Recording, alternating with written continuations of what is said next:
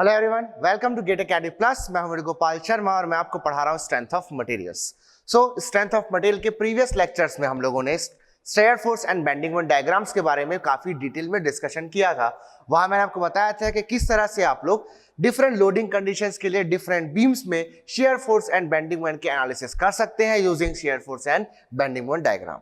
Okay, so इस video lecture से हम लोग स्टार्ट करेंगे हमारा next module, that is the bending of beams. Bending of beam में हम लोग मेजरली पढ़ते हैं बेंडिंग स्ट्रेसेस के बारे में। तो इस मॉड्यूल में क्या क्या चीजें होंगी, किन किन चीजों को हम लोग एनालाइज करने वाले हैं, वो सभी हम लोग आगे इस लेक्चर में देखेंगे। Okay, so let's start the video. So bending of beam हम लोगों को पढ़ना है, तो सबसे पहले इसको रीड कीजिए। क्या लिखा है यहाँ पर? यहाँ लिखा है बेंडिंग ऑफ बीम। तो बीम क्या होता है ये तो हम लोग बहुत अच्छे से जानते हैं, ठीक है। बीम क्या होता है? Beam is a horizontal component, horizontal component of a structure, okay, structure which carries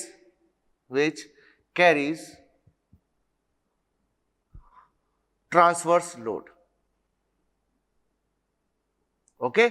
तो हॉरिजॉन्टल मेंबर होता है किसी स्ट्रक्चर का, ठीक है, और ये ट्रांसवर्स लोड लेता है, यानी कि जैसे कि ये बीम है, so it is very long about a certain axis, which is the longitudinal axis, you can say this is the longitudinal axis,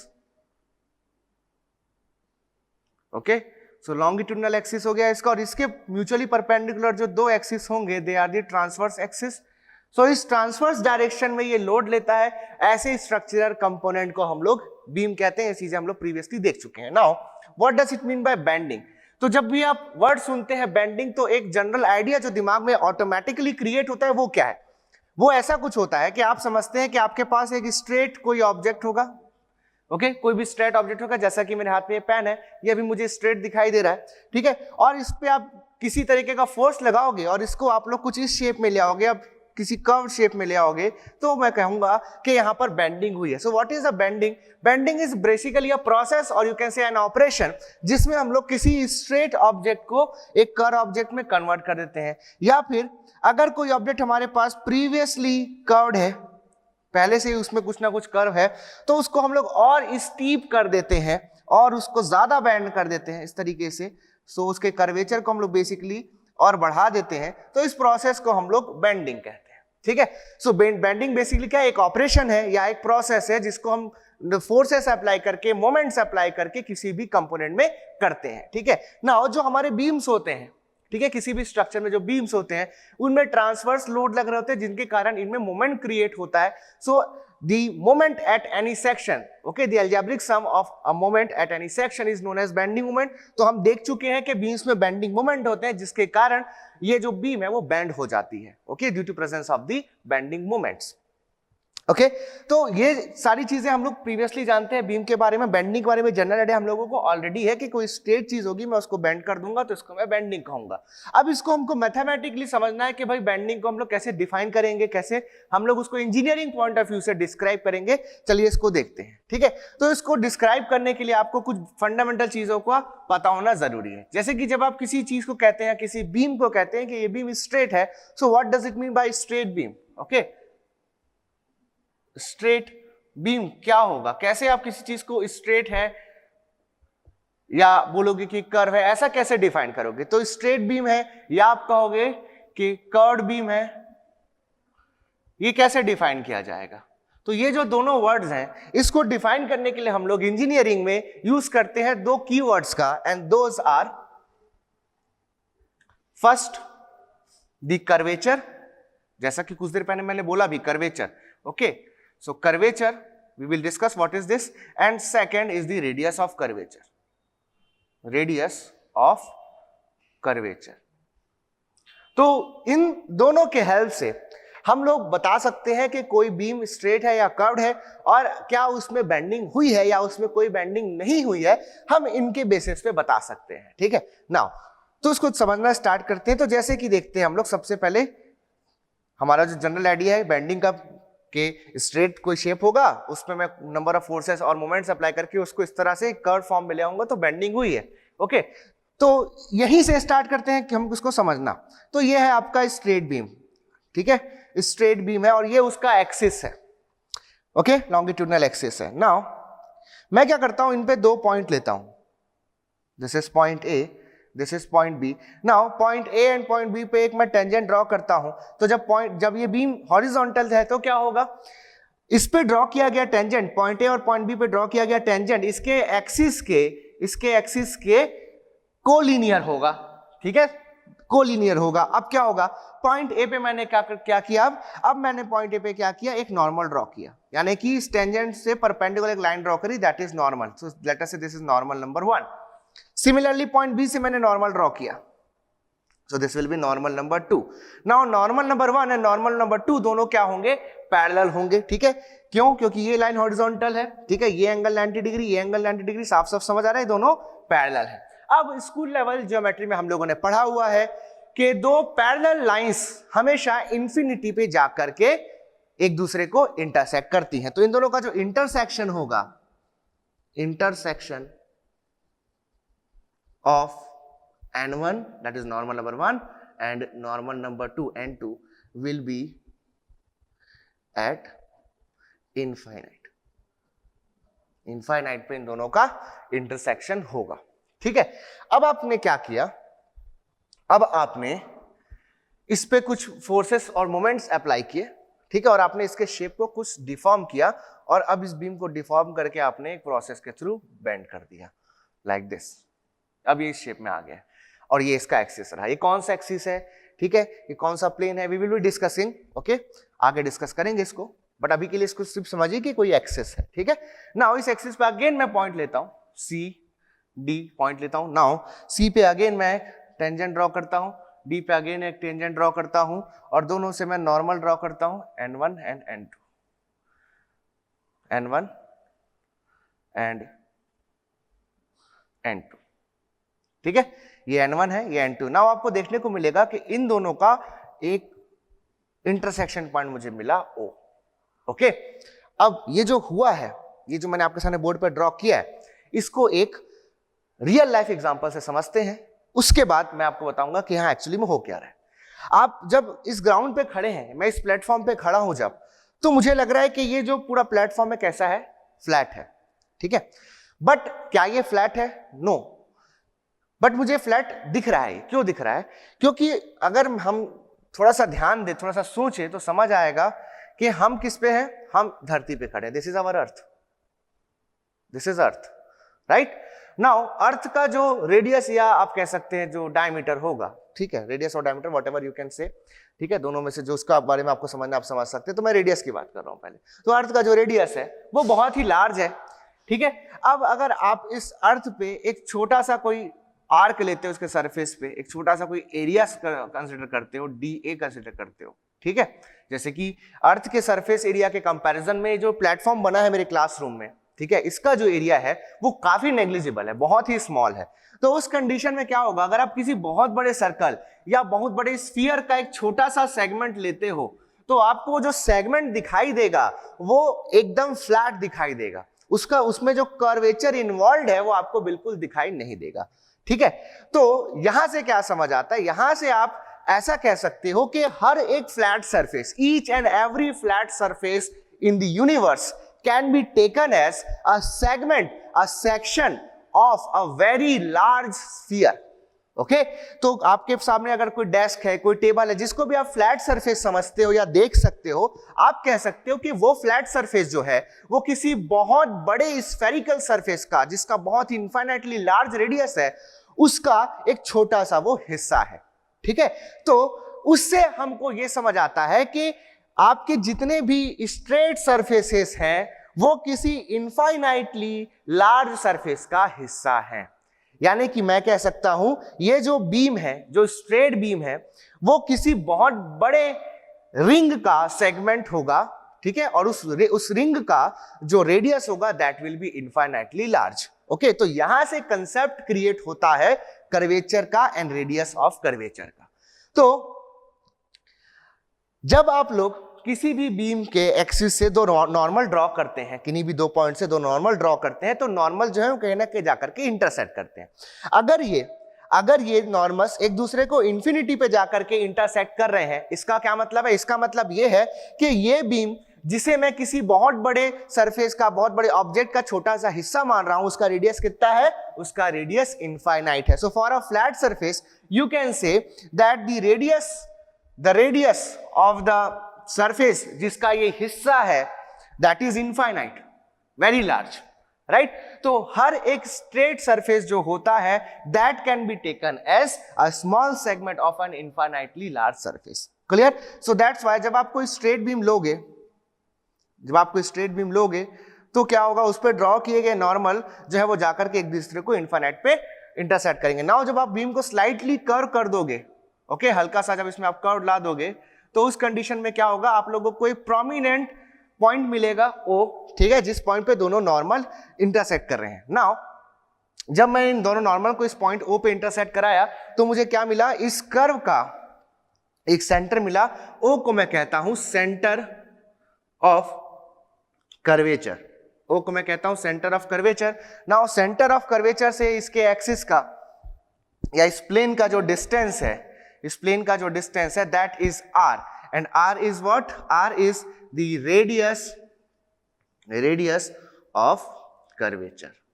R is the radius of curvature. ठीक है? So क्लियर हो गया होगा I think आपको कि radius of curvature क्या होता है. तो किसी भी बैंड शेप के किन्हीं दो पॉइंट पे ड्रॉ किए गए नॉर्मल किसी एक पर्टिकुलर पॉइंट पे जाकर के इंटरसेक्ट करते हैं and that point is known as centre of curvature. Now the normal distance between the centre of curvature and the axis of the beam is known as the radius of curvature. इसको आप note down कर सकते हैं. ठीक है? So radius of curvature I think आपको समझ आ गया. अब क्या करते हैं देखिए, अब मैं इस पे और फोर्स और मोमेंट अप्लाई करता हूं और इसको मैं और ज्यादा बेंड करने की कोशिश करता हूं. तो ये आप देख सकते हैं कुछ ऐसा शेप आ सकता है. अगर आप बहुत ज्यादा बेंड कर दो तो और इसको, तो आपको देखने को मिलेगा कि अब जो रेडियस ऑफ कर्वेचर है वो डिक्रीज हो गया. ठीक है? so, कैसे डिक्रीज होगा उसको भी डिस्कस करेंगे. सो O is again the centre of curvature and let us से R dash is the new radius of curvature. Clear?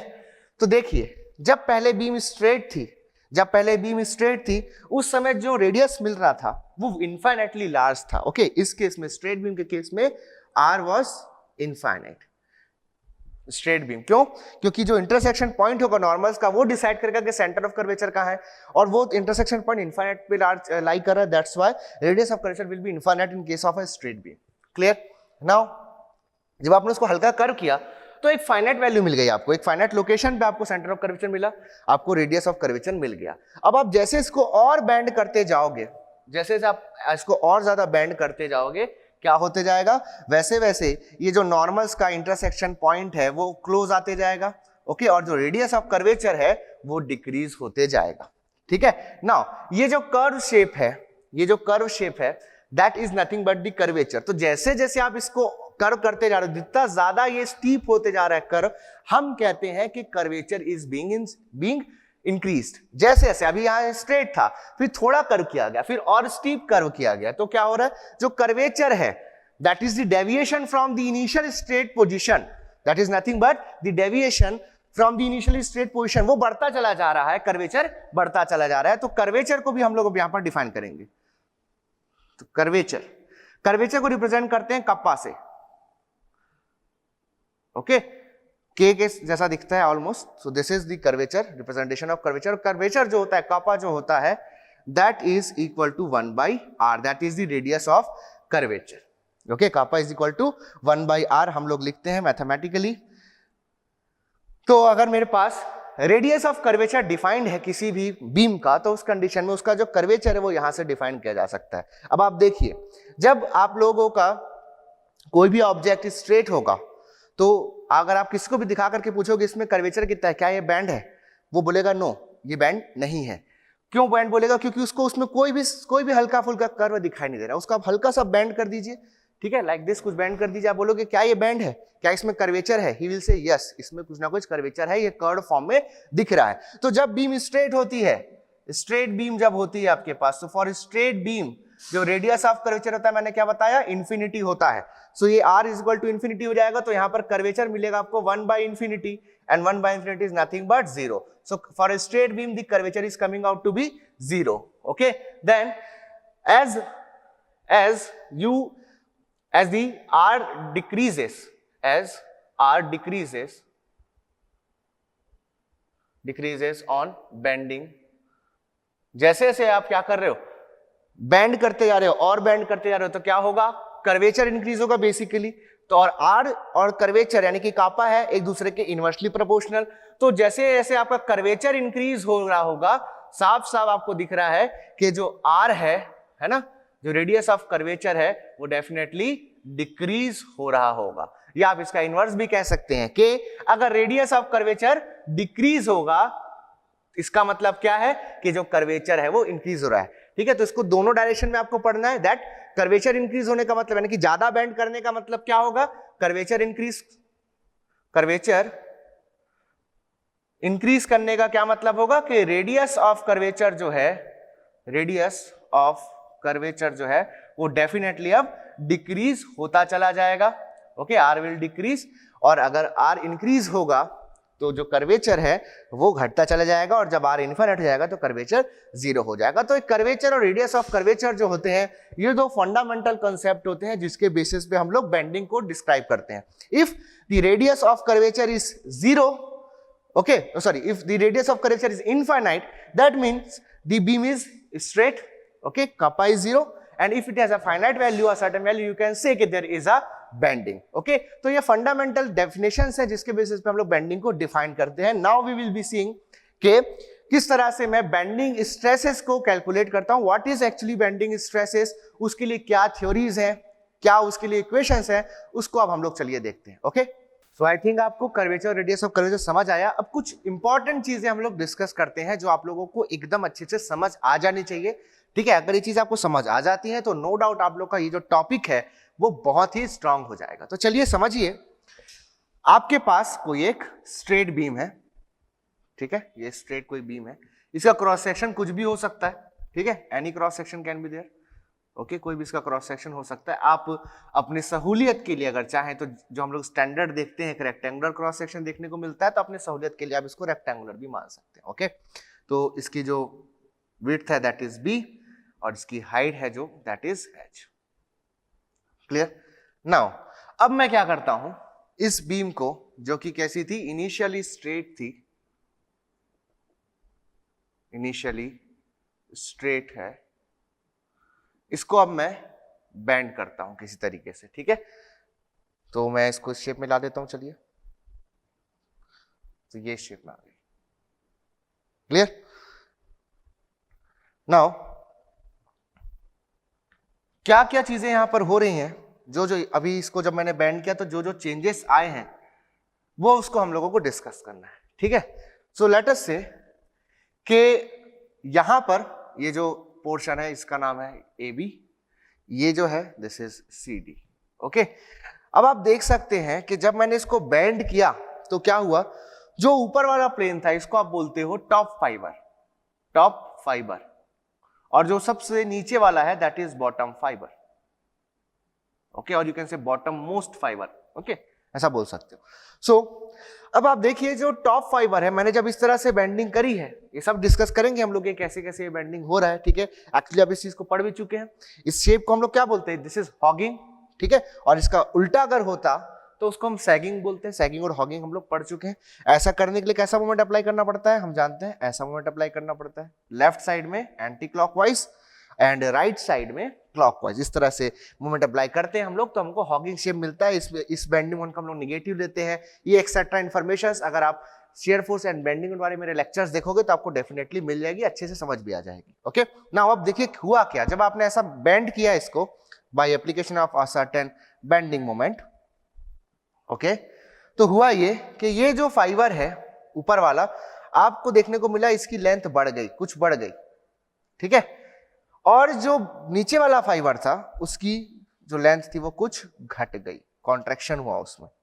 ठीक है, इसका अपोजिट अगर आप सैगिंग करते थे, ये कौन सा केस था, ये आपका हॉगिंग था। ओके, अब अगर इसको उल्टा कर दो, लाइक सैगिंग का केस अगर आप लोग सोचो, इमेजिन करो, तो इस तरीके का होगा सैगिंग का केस है वो। ओके, इसके लिए इस तरह से बेंडिंग मोमेंट अप्लाई करने पड़ते हैं, अभी हम जानते हैं, ठीक है। लेफ्ट साइड में क्लॉकवाइज एंड राइट साइड में एंटी क्लॉकवाइज, तो इस तरीके का आप लोगों को शेप मिलेगा। अब इसमें क्या हो रहा है, जब ऐसा किए तो जो अपर साइड का टॉप फाइबर जिसको हम बोल रहे हैं, टॉप फाइबर में क्या हुआ, जो उसकी लेंथ थी वो आपको कुछ देखने को मिल रही है कि सिकुड़ गई है, ठीक है। यहां पर आपको कंप्रेशन देखने को मिल रहा है, और यहां पर जो है इसकी लेंथ, बॉटम फाइबर की जो लेंथ है वो बढ़ गई है, तो यहां पर आपको टेंशन देखने को मिल रहा है। This is tension, this is compression. Okay, this is here जो टॉप फाइबर है उसमें है आपका टेंशन, और जो बॉटम फाइबर है उसमें है कॉम्प्रेशन। तो यहां से आप लोग को हमेशा याद रखना है कि जब हॉगिंग होगी तो हॉगिंग हमें हमेशा जो टॉप फाइबर होता है वो टेंशन में होता है नीचे, और जो बॉटम फाइबर होता है वो कॉम्प्रेशन में होता है। और सैगिंग के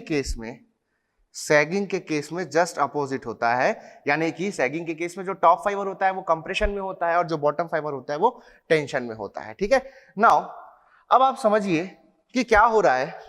हम अगर हमारे assumptions पे जाएं, ठीक है, तो जो टेंसाइल फोर्स होता है हम उसको पॉजिटिव लेते हैं और जो कंप्रेशन होता है उसको हम लोग निगेटिव लेते हैं। अब हुआ ये है कि आपने जब इसको बैंड किया तो कुछ मोमेंट आपने अप्लाई किया या कुछ फोर्सेस आपने अप्लाई की, कुछ आपने लोडिंग प्रोवाइड करी, उसके कारण क्या हुआ, ऊपर के जो फाइबर्स हैं, when the beam was hogging, ऊपर के फाइबर में टेंसाइल फोर्सेस क्रिएट हुए। इसने क्या किया, इस मोमेंट ने ऊपर के फाइबर को खींचना चालू किया। और हम लोग यहां पर ये मान के चलेंगे, जब इसको एनालाइज करेंगे, कि ये आपके पैरेलल लेयर्स से मिलकर के बना हुआ है, ये पूरा का पूरा जो बॉडी है, इनफाइनाइट प्लेन्स है यहाँ पर parallel to each other between AB to CD। AB जो टॉप फाइबर है और CD जो बॉटम फाइबर है, इसकी जो इनफाइनाइट नंबर ऑफ प्लेन्स है, हम ऐसा मान करके चलेंगे जब इसको हम लोग कंप्लीटली एनालाइज करेंगे। तो एक एक चीजें मैं आपको स्टेप वाइज बताते जा रहा हूं, इसको समझते जाइए, और उसके बाद हम सभी चीजों को क्लब करके एक कंप्लीट कॉन्सेप्ट बनाएंगे बेंडिंग ऑफ बीम का। ओके, तो अब देखिए क्या हो रहा है। तो ऊपर वाला जो फाइबर है, टॉप फाइबर, वो क्या हो रहा है, वो खिंच रहा है, ठीक है, उसकी लेंथ को इंक्रीज करने की कोशिश कर रहा है, ये जो मूवमेंट है, ठीक है। अब जो नीचे वाला फाइबर है उसमें कंप्रेशन हो रहा है, ठीक। अब जब आप किसी भी ऑब्जेक्ट को डिफॉर्म करने की कोशिश करते हो तो उसमें क्या होता है, उसमें रेजिस्टिंग फोर्स सेटअप होता है। तो मैं यहां पर सेक्शन काट देता हूं लाइक दिस, ठीक है, इस तरफ मैंने सेक्शन काट दिया, और जो इंटरनल रेजिस्टिंग फोर्स है मैं उसको ऑब्जर्व करता हूं। तो ऊपर की तरफ क्या मेरे इधर मुझे टेंसाइल फोर्स मिल रहा है, resisting TR, that is resisting force in tension, और इधर मिल रहा है मुझे resisting force in compression, CR, ये मुझे देखने को मिल रहा है, ठीक है।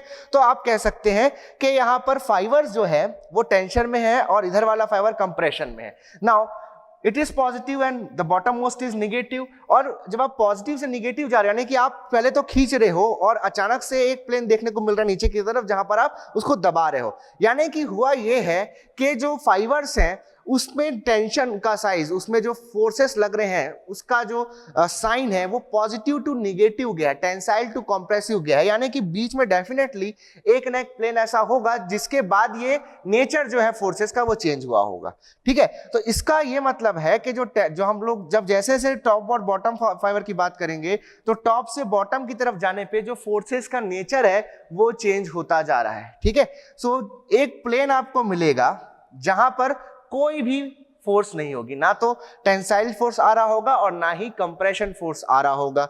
और जब टेंसाइल फोर्स होगा, कंप्रेशन फोर्स होगा, और उसके रिस्पेक्ट में बीम जो है, बीम का मटेरियल वो जब रेजिस्टेंस ऑफर करेगा, तो हम जानते हैं जहां जहां रेजिस्टेंस ऑफर किया जाएगा वहां वहां स्ट्रेस आएगा। तो जब आप लोगों ने लोड किया, मटेरियल के फाइबर से स्ट्रेच हुए, कंप्रेस हुए, इस स्ट्रेचिंग और कॉन्ट्रैक्टिंग को मटेरियल ने अपने खुद के बॉन्ड्स के कारण क्या किया, रेजिस्ट किया, एक रेजिस्टेंस प्रोवाइड किया, टेंसाइल के लिए टेंसाइल रेजिस्टेंस, इन कंप्रेस के लिए कंप्रेसिव के लिए कंप्रेसिव रेजिस्टेंस फोर्स ऑफर किया, और इस रेजिस्टेंस फोर्स के कारण perpendicular to the cross section एक स्ट्रेस अब जनरेट होगा, and that stress is indirect stress, indirect stress, indirect stress, and it is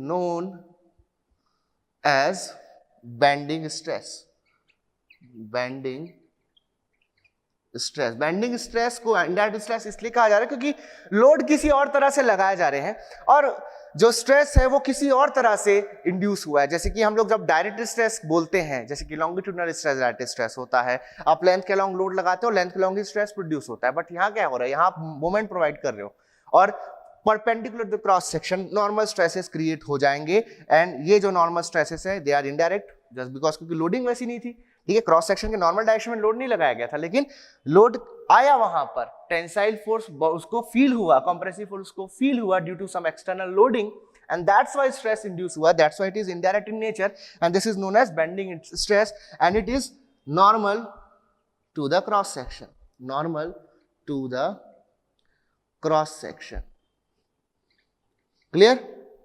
normal to the cross section। तो यहां पर स्ट्रेस आएगा sigma B T, sigma B मतलब bending stress, sigma हम लोग नॉर्मल स्ट्रेसेस के लिए यूज करते हैं, नॉर्मल स्ट्रेस ही है और मैं बता चुका हूं यहां पर। तो sigma B that is the normal stress in bending due to tension and this is bending stress due to compression.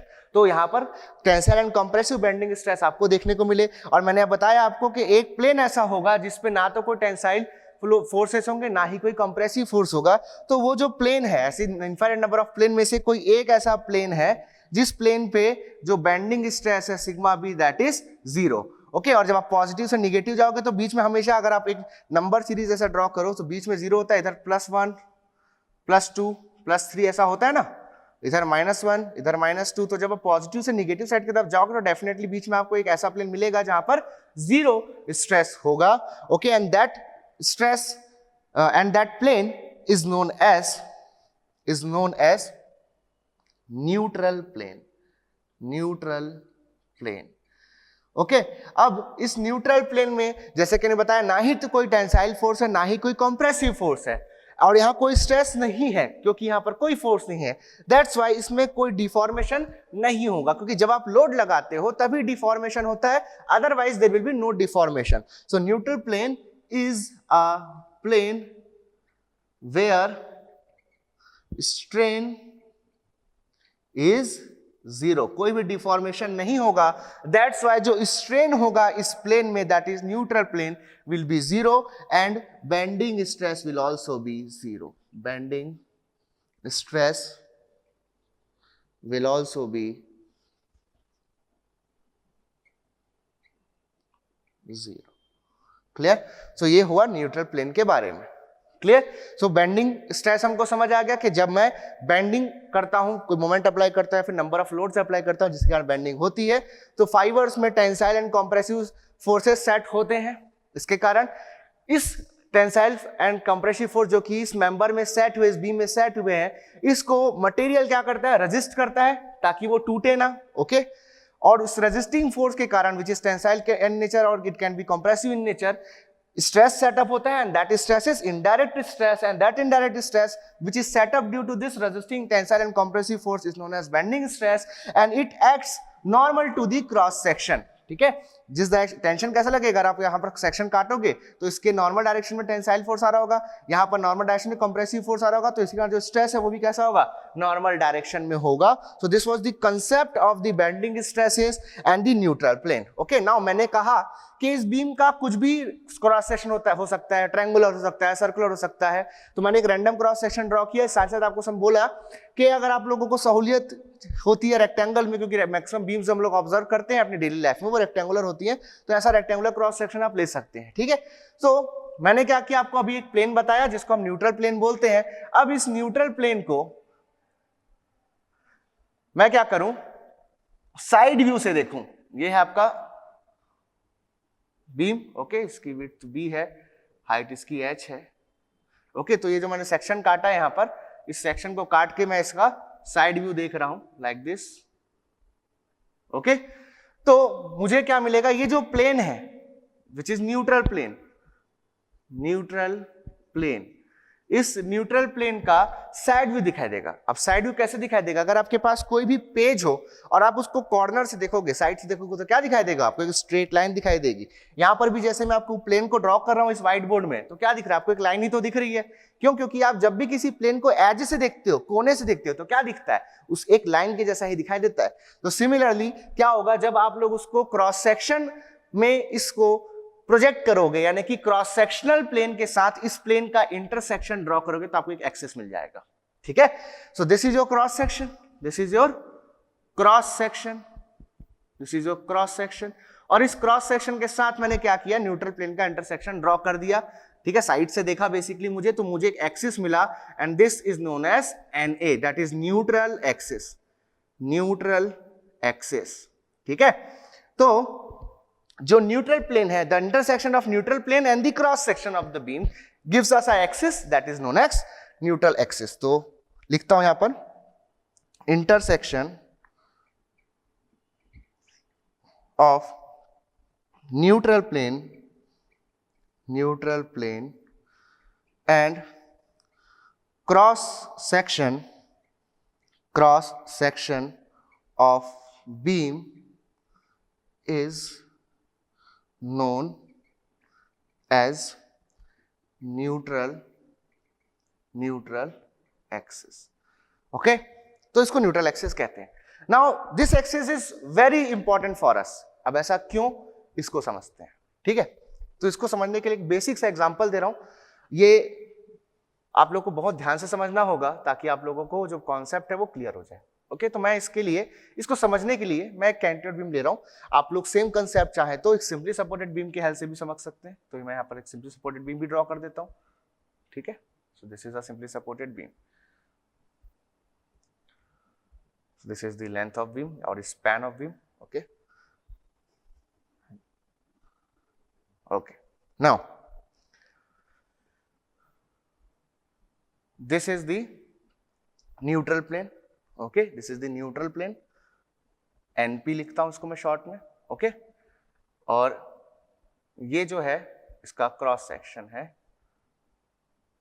And this is the intersection with the cross section, तो ये क्या है, न्यूट्रल एक्सिस है, neutral axis NA। Similarly यहां पर भी कर सकते हैं हम लोग, इसका क्रॉस सेक्शन लाइक दिस, कोई कुछ क्रॉस सेक्शन है इसका, okay. This is the neutral plane, so the intersection of this neutral plane and the cross section will give us the neutral axis, clear। और भी बहुत कुछ चीजें डिस्कस करनी है, बट और देखते हैं हम लोग क्या हो रहा है। नाउ ये जो पॉइंट है, ठीक है, यानी कि इस तरफ जो हम लोगों को न्यूट्रल प्लेन का दूसरा छोर दिख रहा है, यहाँ से मैं एक्सिस ड्रॉ करता हूँ, ठीक है। तो अभी हम लोग जैसा साइन कन्वेंशन लेते हैं, जो चीज हम लोग लेते हैं उसी को फॉलो करूंगा। This is X direction, okay, this is X direction. आप कुछ भी डायरेक्शन ले सकते हैं, जेड भी ले सकते हैं इसको, ठीक है। टॉर्शन में जनरली हम लोग इसको जेड डायरेक्शन लेकर के ही चलेंगे, जब टॉर्शन में आप लोगों को पढ़ाऊंगा, okay. This is your Y direction, okay. तो सपोर्ट को मैं हटा के यहाँ वाई डायरेक्शन ड्रॉ कर रहा हूँ, this is your Y direction, okay. And Z direction whiteboard के परपेंडिकुलर डायरेक्शन में होगा, जेड डायरेक्शन, ओके। नाउ मैं इसको एक मोमेंट लगा करके इसके फ्री एंड पे इसको बेंड करने की कोशिश करता हूँ। तो चलिए मैंने यहाँ पर क्या लगा दिया, मोमेंट लगा दिया M, ओके। अब आप क्या कीजिए, इसका अगर आप शेप बनाएंगे तो ये ऐसा दिखेगा, है ना, ऐसा ही तो दिखेगा, इसमें M लग रहा है, okay. Again this was your X direction, this was your Y direction and this was your Z direction, clear. Now बहुत ही ठंडे दिमाग से सोचना है, ये जो मोमेंट है M like this which is clockwise at free end, this is clockwise at free end. Now this clockwise moment at free end is trying to rotate the beam about which axis, किस axis के about rotate करना चाह रहा है। तो आप देखेंगे इसको कि ना तो ये एक्स के अबाउट रोटेट कर रहा है अभी, ना तो ये इस बीम को वाई डायरेक्शन के अबाउट रोटेट कर रहा है, ये एक्चुअली में कर रहा है इसको जेड डायरेक्शन के अबाउट रोटेट, ओके। इसको जेड डायरेक्शन के अबाउट रोटेट कर रहा है which is perpendicular to the whiteboard, clear. Now second point सोचिए, इस पॉइंट को वीडियो को यहां पर आप लोग रोक भी सकते हैं और नोट कर सकते हैं जो मैंने बोला, ओके। नाउ सेकंड पॉइंट, जब मैं ये क्रॉस सेक्शन ड्रॉ कर रहा हूं तो मुझे क्या करना पड़ रहा है, ये रही बीम और मैं इसको इस तरफ से देखूंगा, यानी कि इस बीम का क्रॉस सेक्शन मुझे देखना होगा, तो मैं इस तरफ से ऐसा देखूंगा इसको लाइक दिस, इस तरफ से मैं इसको देखूंगा तो मुझे ये क्रॉस सेक्शन कुछ इस तरीके का दिखाई देगा, ओके। नाउ जब मैं उसको इस राइट साइड से देख रहा हूं तो जो मुझे इसका क्रॉस सेक्शन एरिया दिख रहा है, मैथमेटिकली स्पीकिंग ये कौन से प्लेन पे दिख रहा है, this is on the Z Y plane, right. ये आपका ये बीम है आपकी, जैसे कि मैंने अपने पेन को एज अ बीम पकड़ा, ठीक है। This is the Y direction and this is the Z direction perpendicular to the board. और जो मैं इसका क्रॉस सेक्शन देख पा रहा हूं, जो मुझे अभी सर्कल दिखाई दे रहा है, इसको मैंने कौन से प्लेन में देखा, मैंने इसको देखा वाई जेड प्लेन पे। जब मैं बीम को देख रहा हूं like this, okay, so this is on X Y plane. Clear? ये बीम की जो मैंने फोटो बनाई है, जो डायग्राम बनाया है, ये कौन से प्लेन में है? ये एक्स वाई प्लेन में है। जो क्रॉस सेक्शन में ड्रॉ कर रहा हूं that is on Y Z plane. Clear? तो वाई जेड प्लेन पे मैंने ड्रॉ किया। अब आप लोग शायद समझ सकोगे कि मैंने क्या समझाने की कोशिश की है। नाउ पहले पॉइंट पे वापस जाते हैं कि जो एम है, मोमेंट जो है, या मोमेंट की जगह आप चाहो तो कोई लोड भी लगा सकते हो vertically downward, okay, at a distance of A you can से फ्रॉम द फ्री एंड। तो ये जो भी फोर्स है या जो मोमेंट है, किसी भी एक को आप एट अ टाइम लेके समझो, आसान होगा समझना। इस बीम को किस एक्सिस के अबाउट रोटेट करने की कोशिश कर रहा है? जेड एक्सिस के अबाउट रोटेट करने की कोशिश कर रहा है। बट ये रोटेट हो सकता है क्या फ्रीली? नो। और ये क्योंकि फ्रीली रोटेट नहीं हो सकता, ये क्या करेगा? रेजिस्टिंग मोमेंट अप्लाई करेगा, एम आर। और due to this resisting moment, ठीक है, एक प्रॉपर बेंडिंग मोमेंट सेटअप हो गया पूरे बीम में। अब ये बीम बैंड हो जाएगी। ठीक है? अब आप बोलोगे सर इसको डिस्कस करने की क्या नीड थी, हम लोग तो इससे भी समझ सकते थे कि बीम बैंड हो जाएगी। तो यहां पर एक आपको मैं डाउट और एक इंपॉर्टेंट कॉन्सेप्ट आपको बताना चाहूंगा कि अगर इस बीम में, इसको आप अगर बीम मानते हो, स्पैन को बीम मान लेते हो, और इसको मैं क्या करता हूं, इस एंड पे हिंज कर देता हूं और ये एंड फ्री कर देता हूं, इसको रिलेट मत करिएगा। ठीक है? अभी आप इसको समझिए कि इस बीम को मैंने क्या किया, एक एंड पे हिंज कर दिया और एक एंड पे फ्री कर दिया। Now if you will apply any load और you can apply any moment, so this will be free to rotate. Okay, it is free to rotate because this end which is hinged is not able to resist the moment, that is rotation। हमने पढ़ा है supports के बारे में कि hinge support rotation को resist नहीं करता है। so because it is unable to resist the applied moment, okay, there will be no bending। तो अगर बेंडिंग चाहिए, so the applied moment should definitely resist by the support। the support must resist the applied moment, otherwise there will be no bending। अब इसको अगर मैं hold कर लूं, if I hold this pen very tightly and I will apply a load here, I can bend this। क्यों? क्योंकि मैं जो लोड अप्लाई कर रहा हूं उसके कारण जो मोमेंट क्रिएट हो रहा है, because this is the line of action of this force and there is a distance, force into distance will give me a moment. तो मोमेंट है यहां पर। Now if I am resisting the moment, applied moment, I will be getting bending, I will be able to bend. But if it is free to rotate, there will be no bending। okay, so that's why whenever you are discussing the bending of any component, the resisting bending moments must be taken into account। आगे बढ़ते हैं। तो ये जो moment apply हुआ वो किसके about apply हुआ? वो जेड एक्सिस के अबाउट अप्लाई हुआ। और अगर आप देख सकते हो कि बॉडी अब बैंड हो गई, तो किसके अबाउट बैंड हुई? ये बैंड हुई जेड एक्सिस के अबाउट। ओके, जो मैंने सिस्टम लिया है इसके अकॉर्डिंग आप देख सकते हैं, bending was done about z axis के अबाउट ये जो बीम है उसको बेंड किया गया है ना? देख सकते हैं आप, इसका जो बीम का इनिशियल स्ट्रेट पोजीशन था, उसके बाद ये जो बैंड पोजीशन आया, जो इलास्टिक कर्व है, that is about z axis. And in this diagram you can see that the neutral axis is parallel to the z axis। so this axis, neutral axis, is important because it is parallel to the axis of bending। जिस axis के about bending हो रही है ये उसके parallel है। okay, now you can easily see कि initially जो straight position था, ठीक है, ये वाला रेड लाइन जो मैंने ड्रॉ करी है, this is representing the initial straight position। तो इस इनिशियल स्ट्रेट पोजीशन के रिस्पेक्ट में आप देखिए क्या हो रहा है। ये जो प्लेन है जो इनिशियली वर्टिकल थे, दे आर नॉट डिफॉर्म्ड। इस प्लेन इज नॉट डिफॉर्म्ड। जब हम लोग डिस्कस करेंगे आगे theory of bending, pure bending में आपको बताऊंगा, तो वहां पर बहुत सी चीज समझ आएंगी। इसलिए मैं बोल रहा हूं कि यहाँ जो मैं बेसिक चीजें बता रहा हूं उसको आपको अभी से समझते जाना। तो आपने देखा कि ये जो प्लेन है जो पहले स्ट्रेट था, ओके, ये पहले स्ट्रेट रहा होगा लाइक दिस इज स्ट्रेट, अभी भी ये स्ट्रेट है but it is tilted like this. Okay, तो जो रेड लाइन ड्रॉ कर रहा हूं ये स्ट्रेट पोजीशन को बता रहा है, और ये जो ब्लैक लाइन आपको दिख रही है टिल्टेड है, ऐसा बता रहा है ना? तो ये जो टिल्ट हुआ है, this is about which axis? Draw axis. This is X direction, this is Y direction, and this is the Z direction. Okay, this is Z direction perpendicular to the board. और आप देख सकते हैं कि ये जो वर्टिकल प्लेन है, they have deformed और shifted from their original position about the Z axis. तो जो बेंडिंग हो रहा है ओके और जो बेंडिंग मोमेंट अप्लाई किया जा रहा है इस बीम पे to deform this beam, to bend this beam is about the neutral axis. Okay and neutral axis is very important because the bending is taking place about the neutral axis. Okay so you can say that bending is taking place about neutral axis. Neutral axis के about bending की जा रही है. Clear. Now जब हम लोग इस cross section को ऑब्जर्व करेंगे तो हम लोगों को देखने को मिलेगा कि ये जो क्रॉस सेक्शन है इसमें जो मटेरियल मौजूद है वो इस बेंडिंग को रेजिस्ट करता है और किस तरह से रेजिस्ट करता है. तो डिफरेंट चीजें होंगी लाइक मोमेंट ऑफ रेजिस्टेंस होगा, moment of inertia of the cross section होगा, ये सब चीजें यहां पर आने वाली है. Okay now as the beam was initially straight.